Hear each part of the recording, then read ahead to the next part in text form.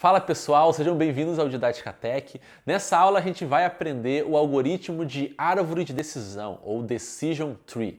Essa aula é importantíssima porque esse é um dos algoritmos mais importantes para quem está começando a estudar o Machine Learning. Tem vários algoritmos mais avançados depois que dependem, que eles usam os conceitos de árvore de decisão. Então por isso que se tu tiver esses conceitos bem fundamentados agora, conseguir compreender bem como funciona por baixo dos panos o algoritmo de árvore de decisão, o que ele faz na prática, como ele calcula as coisas, isso vai te dar uma base excelente para conseguir avançar e aprender outros algoritmos no futuro. E é por isso que essa aula é tão importante. A gente vai ver aqui o algoritmo de árvore de decisão que utiliza o cálculo de entropia e ganho de informação. Existem outras formas de calcular árvore de decisão, tá? Como por exemplo o índice Gini, mas isso no caso é assunto para outro vídeo, tá certo? Nesse vídeo aqui a gente vai se focar em árvores de decisão sendo construídas a partir do cálculo de entropia. Eu dividi esse vídeo basicamente em duas partes, onde na primeira parte eu vou começar explicando como a árvore de decisão funciona de forma superficial, para vocês conseguirem compreender a essência da coisa, tá? De forma bem abrangente, assim, como é que a árvore de decisão consegue classificar os dados, e depois a gente vai mergulhar nos detalhes mesmo, vendo a matemática ali, como realmente esse algoritmo funciona por baixo dos panos, o que ele está fazendo, né? Quando a gente coloca ali, quando a gente programa e pede para o computador fazer os cálculos, que cálculos que de fato o algoritmo está fazendo na prática. Então é isso que a gente vai ver aqui na segunda parte. Vou começar com a parte mais abrangente e depois parte para o cálculo mesmo. E não se preocupa que essa aula aqui não tem uma matemática muito pesada não precisa saber de cálculo avançado, nada disso. Vai ser uma matemática bem simples, tá? Vai dar para acompanhar super tranquilo. Então vamos ali para o quadro para começar a explicação desse algoritmo. Fica com a gente até o final, porque eu tenho certeza que essa aula vai te acrescentar muito, tá certo? A primeira coisa que eu desenhei aqui foi um conceito de árvore de decisão, tá? Para a gente começar a entender como é que funciona a coisa. Talvez não esteja muito forte aqui, eu usei umas canetas meio fracas, tá? Mas a ideia é a seguinte, ó, tem alguns pontos aqui que são verdes, tá? Que correspondem a uma classe, a classe ficar em casa. Então aqui a gente tem duas variáveis, a variável sol e a variável vento, tá? Então aqui a gente pode ver ó, que o vento é maior, né, mais para a direita, o vento é menor, mais para a esquerda. E aqui tem mais sol para cima e menos sol para baixo, tá? Então olha só, esses pontos verdes, imagina que eles são dados, tá, de pessoas que decidiram ficar em casa em vez de ir para a praia por causa da situação de vento e de sol que tinha. Então, ó, quando tinha muito vento, ó, ninguém foi para a praia por causa do vento, então decidiu ficar em casa, tá? Por isso que está em verde aqui. O verde é quem decidiu ficar em casa. E os pontos azuis são quem decidiu ir para a praia, tá? Então, dá para ver aqui, ó, que as pessoas gostam de ir para a praia quando tem bastante sol e também quando tem pouco vento, tá? Então tem que satisfazer essas duas condições. Tem que ter bastante sol e pouco vento para as pessoas quererem ir para a praia. Caso contrário, elas preferem ficar em casa, tá? Como é que a gente poderia separar esses dados? Vamos imaginar que a gente tem então o nosso problema de machine learning para resolver é fazer uma classificação nessas duas classes, né, no caso que são ficar em casa ou ir para a praia, são duas opções que a gente tem. A gente precisa classificar os nossos dados com base nessas duas variáveis, vento e sol, de maneira que a gente possa, para uma nova entrada de dados, poder decidir, né, poder ter uma previsão se essas pessoas vão ficar em casa ou não com base no sol e com base no vento. Tá? Esse é o nosso desafio. Bom, a gente pode ver aqui que a gente poderia separar esses dados de várias formas aqui, né? Uma delas é, por exemplo, criando duas retas. Ó. Imagina que a gente cria uma reta aqui, tá? E uma outra reta aqui. Então, se a gente tivesse duas retas, a gente conseguiria separar esses dados adequadamente. Olha só. Com essa reta aqui a gente está separando esse parte de cá e essa reta aqui esses outros dados. Agora a gente conseguiu isolar toda a classe de ir à praia, né, toda a classe azul aqui e separar ela de toda a classe verde que corresponde a ficar em casa. Tá? Então com duas retas nesse cenário aqui a gente conseguiria fazer isso. E o algoritmo de árvore de decisão, o que ele faz é justamente isso. Ele cria várias retas, tá? Eu posso ter, imagina que eu tenho outros problemas, daqui a pouco eu vou mostrar um outro exemplo, tá? A gente pode criar várias retas e com essas retas e o cruzamento dessas retas a gente consegue isolar os dados para separar as classes. É isso que o algoritmo de árvore de decisão faz. Mas como é que ele faz isso, tá? Basicamente ele cria uma árvore, tá? De decisão, como o próprio nome diz, né? Como é que essa árvore funciona? Eu coloquei aqui nesse canto de cá para explicar como é que funciona. Então primeiro a gente separa uma variável e vê as suas saídas. Então a gente divide, né, essa variável em duas saídas que a gente chama de ramos, tá? Então aqui tem um ramo do sim e um ramo do não. Vamos imaginar aqui, né, que essa divisão que a gente fez foi a seguinte. A partir desse ponto aqui a gente considera que tem bastante vento. Então o vento no caso é sim, tá? E daqui para cá a gente considera que tem pouco vento. Ou a gente diz que o vento vale não, tá? Ou não tem vento, certo? É a mesma coisa com o sol. A partir daqui a gente diz que tem sol sim e daqui para cá é não para o sol, tá? Porque tem pouco sol, ok? Então vamos classificar de maneira bem simples, né? A gente classifica dessa forma, o sol sim ou não, o vento sim ou não, se tem pouco ou se tem muito, tá? Então, olha só, se a gente botasse o sol como sendo o primeiro, a primeira variável aqui, tá? Que a gente vai dividir, e a partir deles criar os ramos aqui, ó, a gente vai criar os ramos do sol que são sim ou não, tá? O que acontece se não tem sol, né? Aqui, ó, a parte de baixo. Automaticamente a gente pode ver, ó, olhando só para a variável sol, que se não tem sol suficiente nesse cenário aqui, ó, a pessoa já é garantido que ela vai ficar em casa, né? Porque olha só, ninguém foi para a praia quando tinha pouco sol, independente do vento. Se tinha pouco sol, já ninguém foi para a praia, então todo mundo ficou em casa. Então essa foi a classificação, colocando o sol no topo, ó, quando a decisão, quando o sol é não, né? A variável sol é não, a pessoa ficou em casa. Pronto, classificou aqui bem fácil. Agora, quando tem sol, o que acontece? Então, quando o sol é sim, aí a gente tem que olhar para a variável vento, tá? Então, quando o sol é sim, a gente vai para a próxima etapa, que é olhar a variável vento. Agora sim, vamos olhar a variável vento e dividir ela em dois ramos também. Sim e não nesse caso, né? Quando o vento é sim, o que acontece? Ó, então, aqui a gente está com sol sim, né? Então essa parte de cá, e vento sim. Então, nesse caso, as pessoas ficam em casa. Ó, quando o sol é sim e o vento é sim, tá nesse quadrante aqui, ó, que as pessoas ficam em casa. Então, ó, quando o sol é sim e o vento é sim, as pessoas ficam em casa. Essa foi a classificação. Agora, quando o sol é sim e o vento é não, né? Aí sim as pessoas vão para a praia. Ó, então, quando o sol é sim e o vento é não, aí cai aqui nessa classificação que as pessoas vão para a praia. Então, essa árvore de decisão aqui, que é uma árvore de decisão bem pequena, né, bem simples, ela serve para a gente como se fosse um fluxograma, né, de trabalho, onde a gente consegue aqui rapidamente olhar para o fluxograma e pensar, tá, mesmo se eu não olhasse para o gráfico, olhasse só para essa árvore de decisão aqui, a gente vê, tá, vamos ver aqui, ó, se o sol é sim, o vento sim, então a pessoa fica em casa. Se o sol é sim, o vento não, a pessoa vai para a praia. Se o sol é não, a pessoa fica em casa. Então a gente poderia usar isso aqui já para tomar nossas decisões, né? Por isso que o nome é árvore de decisão, só com esse fluxograma que foi criado aqui, tá? Claro, que foi criado a partir daquele gráfico. Então é dessa forma que o algoritmo de árvore de decisão funciona. Ele vai criar sempre essa árvorezinha, separando os dados e a partir daí tomando decisões. A gente pode criar essa árvore de diferentes formas, tá, gente? Aqui é um problema bem simples, né? Mas a gente poderia também ter colocado o vento em cima e a partir dele colocado o sol. Então já é bom já entender logo de cara aqui que a árvore de decisão ela pode ser criada de diferentes maneiras. Tem maneiras que são melhores, tem outras que não são tão boas assim, né? Porque algumas, dependendo de como a gente for criar a árvore, pode ser que essa árvore fique melhor otimizada do que outra, né? Outra forma de criação dessa árvore. E para isso, daqui a pouco a gente vai mergulhar na matemática disso, né? Para ver como é que o algoritmo trabalha por baixo dos panos para fazer essas decisões. Do que colocar no topo, quais ramos escolher, né? E assim por diante, tá? Mas antes disso, só quero mostrar mais um exemplo aqui, tá? Vou apagar isso daqui e vou mostrar um outro exemplo ainda de classificação para aí sim a gente entrar na matemática da coisa. Agora eu desenhei aqui um outro cenário onde as variáveis são corrida, que é um teste de corrida de 12 minutos, tá? Então aqui são quantos quilômetros a pessoa conseguiu correr em 12 minutos, 2,4 km, 2,5 km ou assim por diante. E aqui quantos abdominais a pessoa consegue fazer, tá?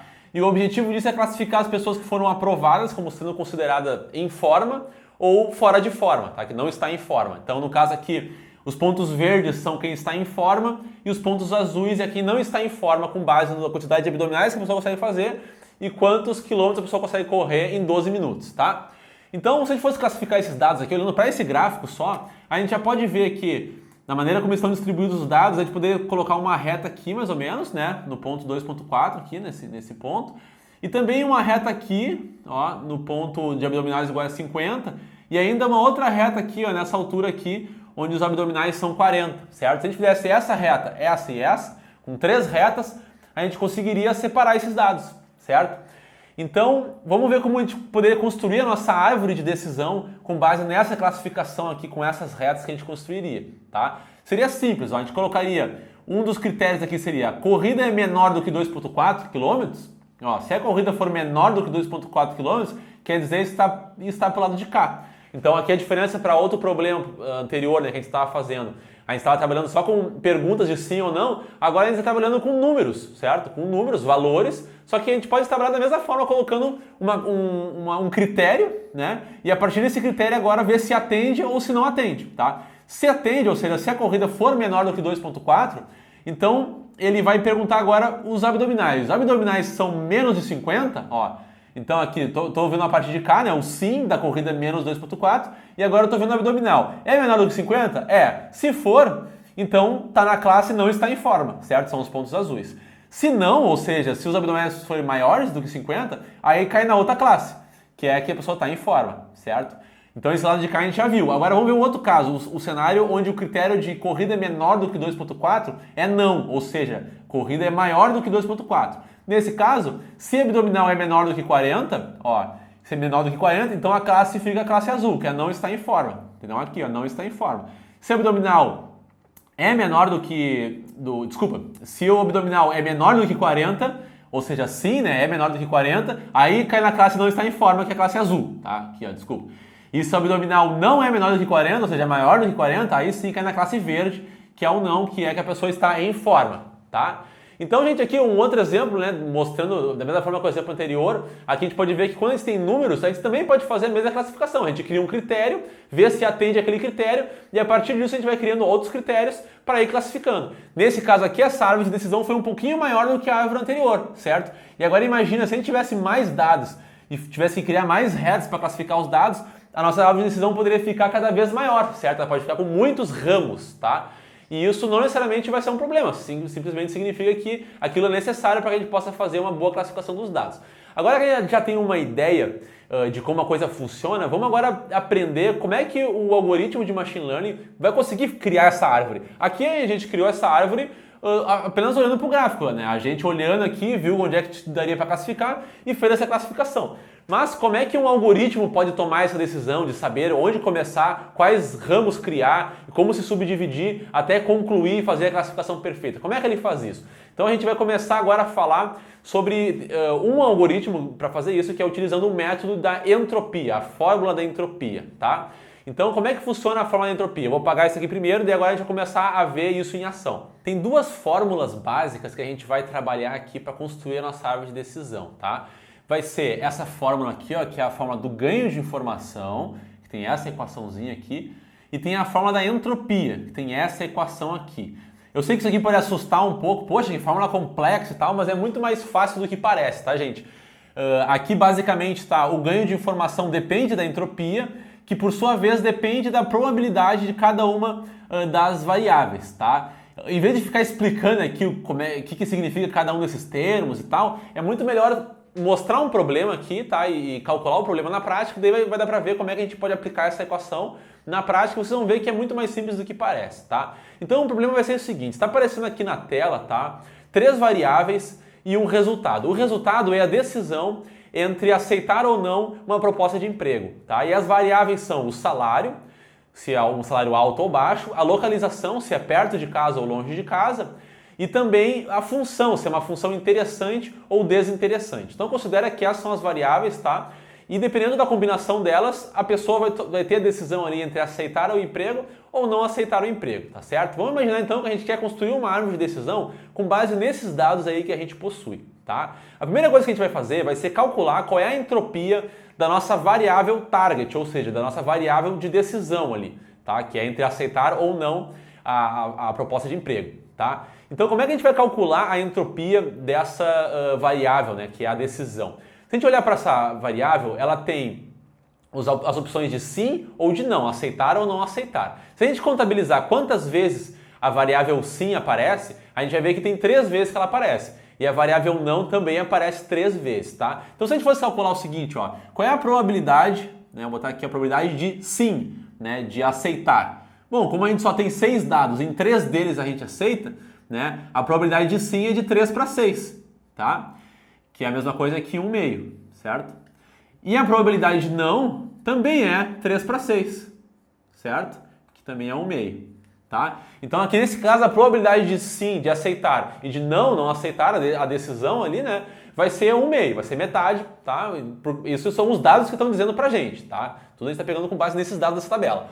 Muito bem, então agora a gente já pode calcular a nossa entropia. Olha só como é simples, ó. A entropia, eu vou colocar aqui, ó, tá aqui no canto, a entropia da minha variável decisão, tá? Então eu vou botar aqui a entropia D, que é a entropia da variável de decisão, ela vai ser igual a gente vai ter que somar a probabilidade de cada uma das opções vezes o logaritmo de base 2 dessa opção, tá? Eu até coloquei um vídeo já no canal do Didática Tech aqui, né, sobre o logaritmo, quem não lembra como é que é um logaritmo, como se calcula, é só ver aquele vídeo com calma, tá? Aqui eu vou imaginar que vocês já sabem calcular o logaritmo, e para quem quiser também usar uma calculadora ali também, né? Pode usar uma calculadora, perguntar qual é o log de base 2, ele vai dar a resposta, tá? Então aqui eu não vou me prender muito a isso.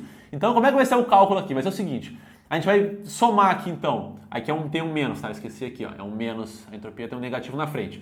Então como é que vai ser? Vai ser um menos, tá? Então a gente vai abrir parênteses aqui, vai somar a probabilidade de cada uma das opções vezes o logaritmo de base 2 dessa opção. Então vamos ver a opção sim, tá? Então da opção sim, a gente sabe que a probabilidade do sim é de 1/2. Então a probabilidade está aqui, ó, vai ser 1/2 vezes o logaritmo de base 2 de 1/2. Tá? Então é o mesmo PI que está aqui, ó. Então esse 1/2 que vai multiplicar o log 2 de PI. Então é 1/2 que multiplica o log 2 de 1/2, tá? Isso é para a variável sim. Só que isso aqui a gente vai somar agora com a nossa opção sim, né? Agora a gente vai somar com a outra opção, que é a opção não. E quanto é que é a probabilidade da opção não? Nesse caso aqui também é 1/2. Então vai ser 1/2 vezes log 2 de 1/2 também. Tá? Porque a probabilidade, né, de não também é 1/2 nesse caso. Então tá aqui a nossa equaçãozinha da entropia. É só isso, a gente substitui a probabilidade, né, das opções aqui, soma todas elas, eu estou somando aqui, né, o sim e o não, e coloco o negativo na frente e o resultado disso vai ser a minha entropia. Então aqui eu vou colocar, né, que a entropia de decisão vai ser o que nesse caso? Vou botar um menos, né?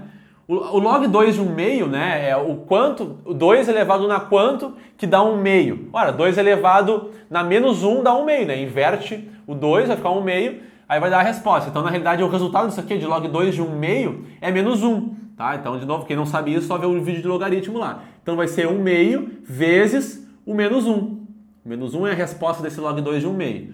E do outro lado a mesma coisa, né? Como também é 1/2 lá, então vai ser vezes menos 1, tá? Menos 1 vezes 1/2 dá menos 1/2, né? Menos 0,5 e menos 0,5. Menos 0,5 menos 0,5 dá menos 1, certo? Menos 1, eu tenho um sinal de menos na frente, então o resultado disso aqui, na realidade, né, a entropia da decisão vai ser 1, tá? Esse aqui é o resultado, então, da entropia da variável decisão, vai ser 1, ok? Nesse caso aqui. Bom, vamos só imaginar um cenário, tá? Aqui nesse caso desse exemplo que eu mostrei, a variável decisão está bem dividida. Tem 3 sim e 3 não, está bem dividido pela metade, certo? Vamos imaginar um cenário onde tivesse 5 sim e 1 não, tá? Que tivesse bem dividido ali, né? Em vez de estar metade para cada lado, tivesse agora 5 para um lado e 1 para o outro, tá? Uma divisão diferente. Como é que seria se tivesse 5 para um lado e 1 para o outro? A probabilidade de sim, vou até separar aqui, ó. A probabilidade de sim, nesse caso que eu comentei agora, seria 5 para 6, porque tem 5 sim, né? E a probabilidade de não seria de 1 para 6. Teria um não, né, para 6 opções. Então a entropia nesse caso aqui, ela seria calculada assim, ó, ficaria menos, né? A probabilidade do sim é quanto? É 5/6, né? 5/6 vezes o log 2 de 5/6, certo? Esse aqui é a parte do sim, né? A probabilidade do sim vezes o log 2 de sim. Agora vamos somar isso com a probabilidade do não, né? Então, que vai ser de 1/6 vezes o log 2 de 1/6, tá? Então, para esse caso hipotético que eu imaginei agora, a conta ficaria assim, ó. Se a gente calcular isso aqui, tá? Eu já fiz esse cálculo aqui, então é só fazer com a calculadora, vocês vão ver que o resultado disso aqui vai ser uma entropia de 0,65, tá? Então, para esse segundo cenário, onde a divisão dos dados fosse 5 sim e 1 não, em vez de 3 sim e 3 não, a entropia seria de 0,65 em vez de ser 1, tá? Isso aqui, o que está acontecendo aqui, ó? Isso aqui significa que quanto mais os dados estão bem divididos, bem na metade, tá? Mais próximo de 1 vai ser a entropia. E quanto mais disperso, ou seja, quanto mais desbalanceado, ou seja, uma quantidade muito grande ficou para um lado e uma quantidade pequena ficou para o outro, aí mais próximo de 0 vai dar a entropia, tá? Se a gente estressar isso daqui, pegar muitos dados, né, e ver que, por exemplo, tem 999 dados sim e 1 não, né? Quanto mais a gente fizer essa diferença ficar grande, mais próximo de 0 vai ficar a entropia, tá? Se a gente fosse desenhar o gráfico da entropia, vou só colocar aqui para ficar fácil de ver, ó, nesse espacinho aqui, ó, vou botar assim, ó. Se a gente fosse desenhar o gráfico da entropia, ó, onde aqui é a entropia, tá? E aqui é a probabilidade, aqui a entropia ela varia entre 0 e 1, tá? Então 1 é o ponto máximo, e como a probabilidade, né, é evidente que vai variar também entre 0 e 1, né? 1 é a probabilidade de 100%, o gráfico da entropia seria algo mais ou menos assim, ó. tá? Onde o ponto máximo dele é 1, e aqui é onde a probabilidade é de 0,5 para cada uma das opções, né? Imaginando aqui que tem um sim e um não, né? Quando a probabilidade de cada uma das opções for de 0,5, ou seja, estiver dividido bem na metade, a entropia vai ser 1, tá? Agora, com qualquer outro cenário onde tem uma divisão bem diferente, a probabilidade de uma das opções é de 0,1 e da outra é de 0,9. Aí nesse caso vai dar uma entropia bem menor aqui, ó. Então aqui de 0,9, o P que estaria bem mais perto do 1, estaria aqui, uma entropia pequena. Mesma coisa aqui, ó, uma probabilidade pequena aqui, ó, estaria bem perto do zero aqui também. Ó, uma probabilidade pequena, uma entropia pequena. Então quanto mais desbalanceado tá, ou seja, quanto mais tem uma classe muito predominante em relação à outra, mais a entropia vai estar próximo de zero. E quanto mais elas estiverem bem divididinhas ali, né, com praticamente metade para cada lado, aí mais próximo de 1 vai ser a entropia, tá? E o que isso significa na prática? Como é que a gente pode interpretar esse resultado da entropia, tá? Aqui eu nem falei do ganho de informação, só porque eu quero comentar bastante sobre a entropia para dar um entendimento dela. Na física, tá, existe um nome de entropia também, só que lá, claro, o cálculo é diferente, é outra situação, mas o conceito de entropia, basicamente, a gente pode interpretar como sendo a desordem no sistema, né? Um sistema, quanto mais caótico ele tiver, maior a sua entropia. Aqui nesse caso a gente está falando de entropia no sentido de informação, mas o conceito ele é bem parecido, tá? O que significa aqui? Quanto maior a entropia, maior a desordem, tá? Esse que é o conceito aqui. Então, maior a desordem, quanto maior a entropia. Né? Em contrapartida, quanto menor a entropia, então maior a ordem, né? Mais ordenado tá. O que significa isso? Olha, eu acabei de comentar, né, que quando os dados estão divididos bem na metade, a entropia é alta. O que significa isso? Significa que eu tenho uma divisão, os dados estão muito divididos, então isso é uma desordem, tá muito dividido, né? Tá muito dividido, então a entropia é máxima. Agora, quando os dados estão, basicamente, toda uma classe está de um lado e tem quase nada da outra, a gente pode enxergar que, poxa, esse conjunto de dados aí, ele está praticamente todo classificado como sim, por exemplo, né? Tivesse 900 dados sim e um não, tá? Vamos imaginar esse cenário. Poxa, praticamente todos estão sim, então isso aí nem tem muita desordem aí, nem tem divisão, tá quase tudo sim. Então tá muito ordenado, certo? Não tem muita divisão, não tem desordem, então por isso a entropia é baixa. Agora, o contrário, quando está muito dividido, poxa, está muito desordenado, não tem como classificar, está muito difícil. Então a entropia está muito alta, tá? Porque tem muita desordem. Então é isso que significa o conceito de entropia e é assim que calcula, tá? Apesar dessa fórmula ser um pouco desencorajadora, né? A forma de calcular é muito simples, né? É só pegar qual é a probabilidade de cada uma das opções ali e aí a gente calcula qual é o valor da entropia, tá? E vê se ela está quão próximo de 1 ou de 0 essa entropia está, tá certo? Então agora a gente já fez uma etapa do cálculo para a nossa árvore de decisão. A gente já calculou a entropia da nossa variável target, da nossa variável que nesse caso é a decisão, tá? Agora a gente vai ir para o segundo estágio, onde a gente vai ter que calcular agora o ganho de informação, tá? Da mesma forma que agora a gente vai usar aqui, ó, o conceito de entropia, que a gente já calculou aqui, entropia π, tá? Já vou explicar isso agora quando a gente for desenhar aqui, quando a gente for fazer o primeiro cálculo da primeira variável, tá? Mas a gente já vai usar o cálculo de entropia que a gente já fez aqui, né? Esse resultado que a gente chegou de entropia de 1, esquece aqui essa parte de baixo, tá? Essa parte de baixo aqui foi eu que desenhei aqui só para mostrar um outro cenário. Mas para esse problema que a gente tinha, a entropia da decisão é 1, tá? Não vamos esquecer isso aqui. A entropia é 1, então a gente já calculou, tá? Essa aqui é a entropia da nossa variável de decisão. Agora a gente vai continuar o nosso cálculo vendo o ganho de informação para cada uma das variáveis, tá? Voltando para nossa tabela, então, agora a gente vai olhar a nossa primeira variável ali que a gente vai usar para o cálculo, que vai ser a variável salário, tá? Então a gente vai calcular agora o ganho de informação para a variável salário, ou seja, a gente vai utilizar essa fórmula aqui do ganho de informação para a variável salário. Se a gente for olhar para essa fórmula, a gente já tem aqui o cálculo da entropia do π, a gente vai ter que agora calcular duas coisas que a gente ainda não tem, que vão ser o peso do filho vezes a entropia do filho, certo?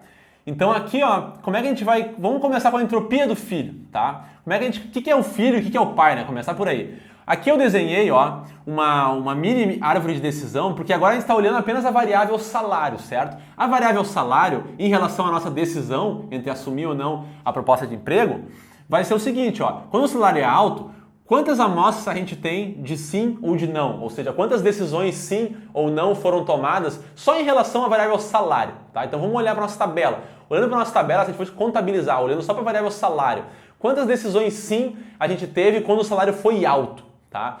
Contando aí, a gente vai ver que teve duas decisões sim e uma não quando o salário era alto. Quando o salário era alto, teve duas decisões sim e uma não. E quando o salário era baixo, teve duas decisões de não e uma de sim. Tá? Então, a gente está olhando só para a variável salário e a nossa resposta lá ao final, nossa decisão entre sim ou não, a gente vai ter, então esse aqui, ó, a gente pode construir dessa forma, ó. A decisão pro salário, quando o salário é alto, teve 2 sim e 1 não, e quando o salário é baixo, teve 1 sim e 2 não, tá? Então com isso aqui agora já equacionado, a gente pode calcular facilmente a entropia do filho. O que é o filho e o que é o pai? O pai, nesse caso, é a nossa variável target, tá? Aqui, que vai ser a decisão entre sim ou não, a proposta de emprego. E os nossos filhos vão ser, um filho vai ser quando o salário é alto, e o outro filho vai ser o salário baixo, tá? Então a gente vai pegar a variável salário, a gente vê que ela tem 2 divisões entre alto e baixo, então a gente vai ter 2 filhos, 2 ramos aqui, né? Um é o filho do salário alto e o outro é o filho do salário baixo. Então aqui na equação, a gente tem que calcular a entropia de cada um desses filhos, ou seja, a entropia do salário alto, a entropia do salário baixo, e também depois vai calcular os pesos do salário alto e do salário baixo, tá? Então vamos ver aqui primeiro o primeiro ramo, o ramo do salário alto, tá? Que é o filho do salário alto. Como é que a gente calcula a entropia? Bom, o cálculo da entropia a gente já sabe como faz, né? Então agora vai ser o seguinte, qual é a probabilidade de ter um sim, né? Ora, aqui eu tenho só 3 amostras no caso do salário alto, tem 2 sim e 1 não. Então a probabilidade de sim é de 2 dividido por 3, certo? De 3 amostras, 2 são sim. Então a probabilidade de ter um sim é de 2 para 3. E a probabilidade de ter um não é de 1 para 3, certo? Então, feito. Agora a gente já tem aqui a probabilidade de sim e a probabilidade de não, é só colocar na fórmula da entropia, né? A gente multiplica a probabilidade do sim vezes o log da probabilidade do sim, e depois faz a mesma coisa para o não, probabilidade do não vezes o log da probabilidade do não, né? E agora, colocando isso na calculadora para calcular, né, a gente vai ter que a entropia desse filho aqui do salário alto vai ser de 0,92. Então, calculamos essa entropia, tá? Agora, vamos ver a entropia do outro ramo aqui, o ramo do salário baixo, né, do filho salário baixo. Esse ramo aqui, vamos ver, qual é a probabilidade de ter um sim? É de 1 para 3, né? De 3 amostras, tem um que é o sim. Então, é de 1 para 3. E a probabilidade de ter um não é de 2 para 3, certo? Bom, como aqui a gente tem a probabilidade de 1 para 3 e 2 para 3, e aqui a gente também teve de 1 para 3 e 2 para 3, na hora de colocar na equação, o resultado da entropia vai acabar também dando 0,92, tá? Então é só colocar na calculadora, né? Vocês vão ver que vai dar o mesmo resultado, porque aqui a gente vai ter os mesmos 1/3 e 2/3, vai entrar ali na equaçãozinha, vai dar o mesmo valor de 0,92. Então a entropia desse filho aqui do salário baixo é 0,92, e a entropia desse filho que é o salário alto também é 0,92 nesse caso aqui, tá? Então agora a gente já tem esse valor aqui, ó, já tem a entropia de cada um dos filhos. Só falta para calcular o ganho de informação o peso de cada um dos filhos. Como é que a gente calcula os pesos? Eu ainda não botei aqui, ó, mas o cálculo do peso ele é bem simples, ó. O peso vai ser o número de amostras do pai, tá? O número de amostras do pai, desculpa, o número de amostras do filho dividido pelo número de amostras do pai, tá? O filho é em cima e o pai embaixo. Amostras do pai, tá? Então é assim que se calcula o peso, tá certo? O número de amostras do filho dividido pelo número de amostras do pai. Vamos ver quantas amostras tem, vamos ver o peso aqui desse filho aqui, né? Esse peso aqui, o peso do ramo do salário alto, né? Vai ser o número de amostras desse filho, que é o ramo do salário alto. Quantas amostras tem aqui no salário alto? Tem 3 amostras, ó. Tem 2 sim e 1 não. Tem 3 amostras. E quantas amostras tem no pai, que é a variável decisão? A variável decisão tem 6 amostras, certo? A variável decisão, que é a variável é o pai, nesse caso, tem 3 sim e 3 não, certo? Isso a gente viu na nossa tabela. Então o número de amostras da variável pai, que é a variável decisão, é 6. E o número de amostras do filho, que é na variável decisão, aqueles que têm salário alto, né? Nesse caso aqui, o ramo do alto, esse filho aqui que é o salário alto em relação à decisão, tem só 3 amostras. E esse filho aqui que é o salário baixo, também tem só 3 amostras. Então aqui, ó, vamos ver, a gente está calculando o salário alto. Então vai ser o número de amostras do filho, 3, dividido por número de amostras do pai, que é 6. Isso aqui, 3 por 6 é a mesma coisa que o meio, tá? E agora calculando o peso do salário baixo, vou botar aqui, ó, o peso desse salário baixo vai ser... Quantas amostras tem esse filho aqui, ó? Quantas amostras do filho, né? Tem 3 amostras esse filho, salário baixo tem só 3 amostras. Então vai ser 3, e o número de amostras do pai a gente já sabe que é 6, né? Então aqui também vai dar 1/2 nesse caso, tá? Então agora feito, a gente já tem todos os valores que a gente precisa. Tem o peso de cada um dos filhos, tem a entropia de cada um dos filhos e também tem a entropia do pai. Agora a gente já tem tudo que a gente precisa para calcular o ganho de informação. Então o ganho de informação aqui para a variável salário vai ser a entropia do pai, que a gente já viu que é 1, né? A gente calculou recém, viu que a entropia da variável decisão é 1, menos o somatório do peso de cada um dos filhos vezes a entropia de cada um dos filhos. Então, qual vai ser o primeiro filho? O primeiro filho aqui é o salário alto. Qual é o peso dele? É 1/2. E qual é a entropia dele? É 0,92. Então pronto, agora a gente vai somar isso com a do outro filho, tá? Quem é o outro filho? É o ramo de salário baixo. Qual é o peso dele? É 1/2. E qual é a entropia dele? É 0,92. Então tá aqui. Equacionamos tudo, colocando na calculadora aqui, né? A gente vai ter que esse ganho de informação aqui, depois de fazer esse cálculo, vai ser 0,08. Tá? Então o ganho de informação para a variável salário é de 0,08. Tá? O que significa isso na prática? Daqui a pouco eu vou explicar o que isso significa, mas a gente já pode adiantar aqui que a gente está calculando o ganho de informação porque a nossa árvore de decisão, né, lembrando dos primeiros exemplos que eu mostrei, a gente vai fazer um fatiamento, vai começar a construir cada um dos ramos ali, a gente tem que tomar uma decisão de por onde a gente vai começar, né? Qual variável vai ser a primeira que a gente vai dividir e começar a agrupar as outras variáveis. A decisão que o nosso algoritmo vai tomar vai ser o seguinte, ele vai ver qual é a variável que tem o maior ganho de informação.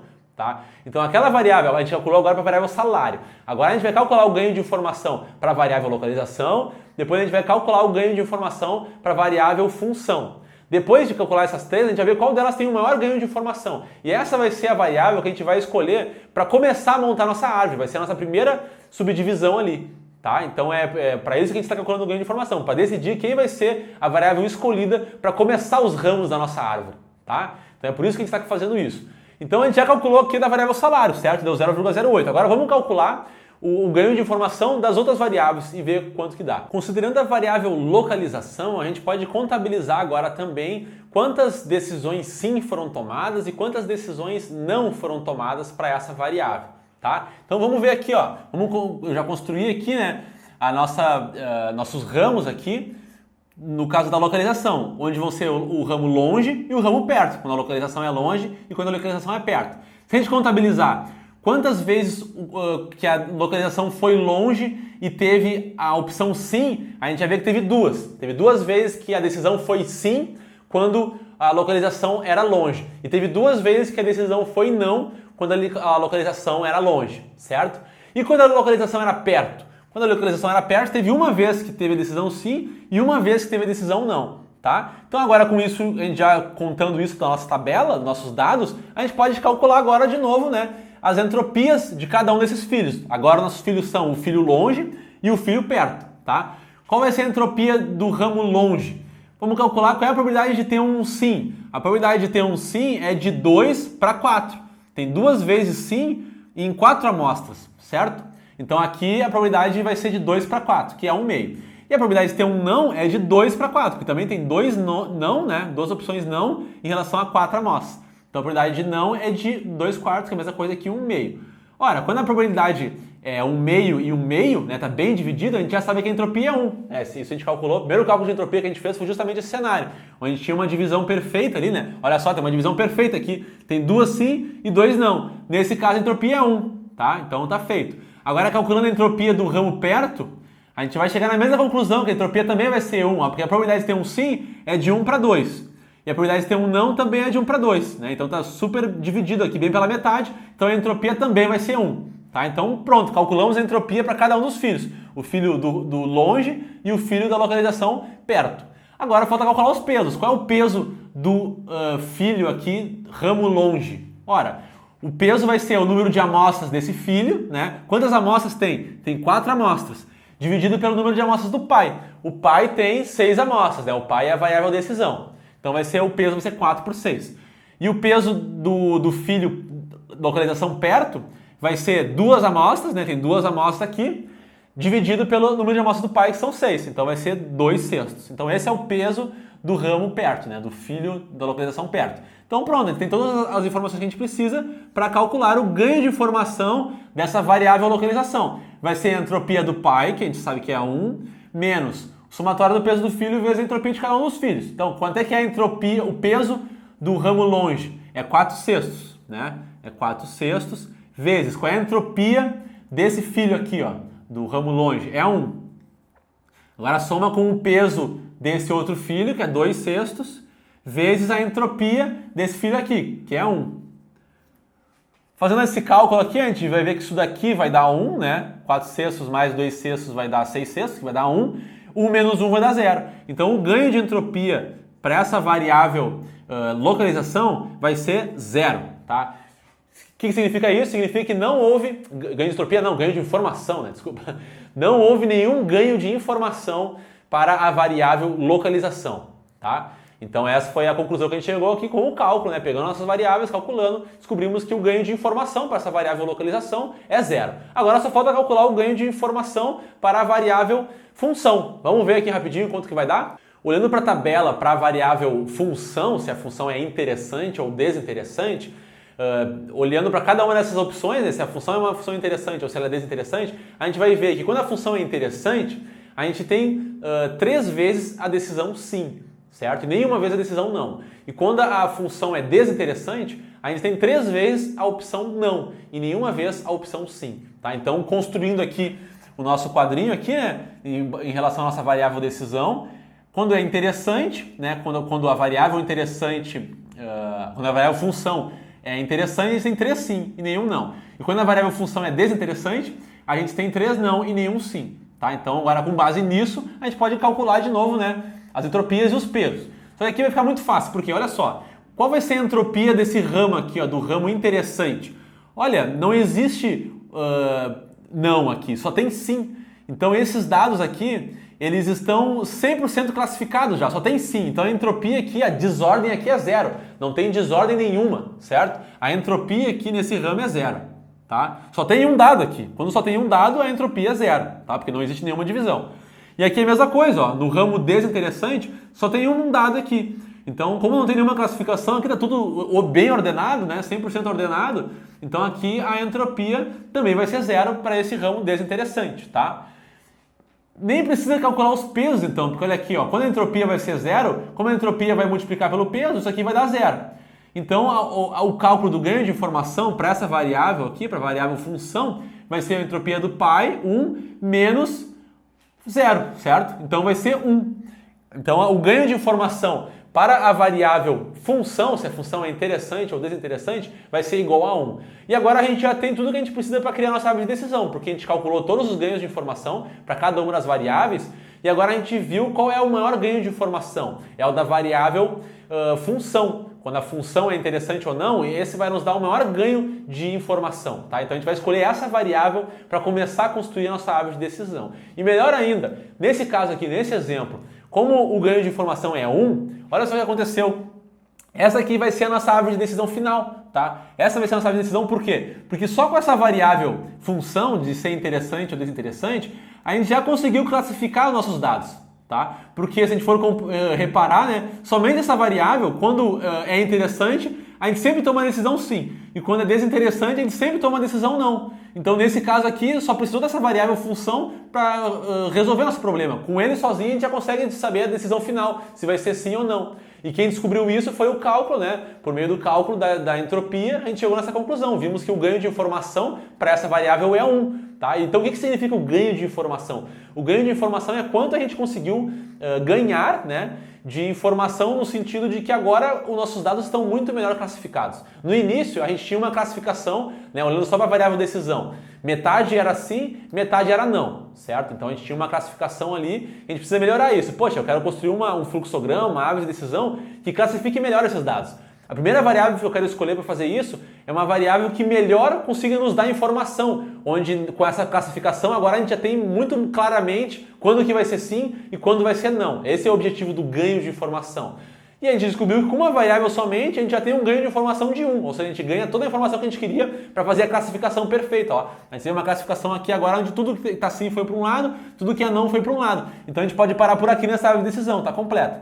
Se por acaso, né, não tivesse acontecido isso, se esse problema, cada variável tivesse um ganho de informação ali e a gente precisasse apenas escolher uma delas e depois ter que continuar, porque não teve uma classificação perfeita, então nesse caso a gente continuaria. Como é que a gente continuaria? A gente pega aquela que tem o maior ganho de informação, tá? Então agora vai ter um primeiro nó ali, os ramos, e agora para cada um dos ramos, né, a gente agora vai recomeçar nossos cálculos. A gente pegar esse ramo aqui e vai agora recalcular, vai considerar ele como sendo o pai, vai ver quem podem ser os filhos e desses filhos ver quem tem o maior ganho de informação para daí fazer os próximos ramos aqui. E a mesma coisa com esse lado de cá, tá? Então a gente continua construindo a nossa árvore de decisão da mesma forma que a gente fez aqui, só que daí agora considerando, né, esses nós onde a gente parou, nós de parada, como sendo os próximos pontos de partida, né, para calcular o restante das árvores de decisão, tá? Então é dessa forma que o algoritmo de árvore de decisão, de Decision Tree, trabalha quando ele está usando a forma da entropia. Bom pessoal, essa aula que vocês acabaram de assistir, ela faz parte do nosso curso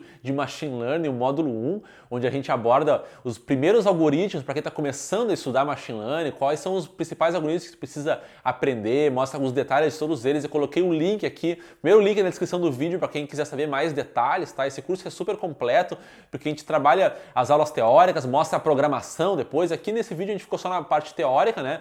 Mas depois tem outros vídeos com a programação, como é que a gente programa isso em Python, como é que a gente programa isso em linguagem R, a gente faz exercícios, tá? Com conjuntos de dados diferentes, resolvendo problemas.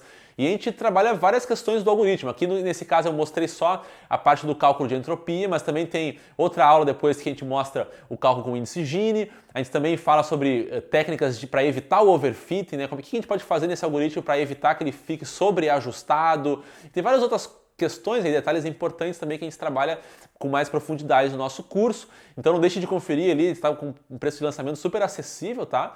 E espero que tenha sido útil, espero que essa aula tenha acrescentado bastante informação para vocês. O nosso trabalho aqui no Didática Tech é assim, a gente faz as coisas bem detalhadas, gosta de explicar as coisas nos detalhes, para não ficar nenhuma lacuna no conhecimento. A gente sabe como é importante isso para o aluno conseguir ver o assunto, não sair cheio de dúvidas, não ficar com mistério de não mostrar como as coisas realmente estão acontecendo, mas mostrar tudo passo a passo, né, com detalhes, uma linguagem acessível e simples, tá? Então, se não conhecia o canal, se inscreve aqui para acompanhar novos vídeos, novos assuntos, e a gente se vê então em próximas aulas. Até mais!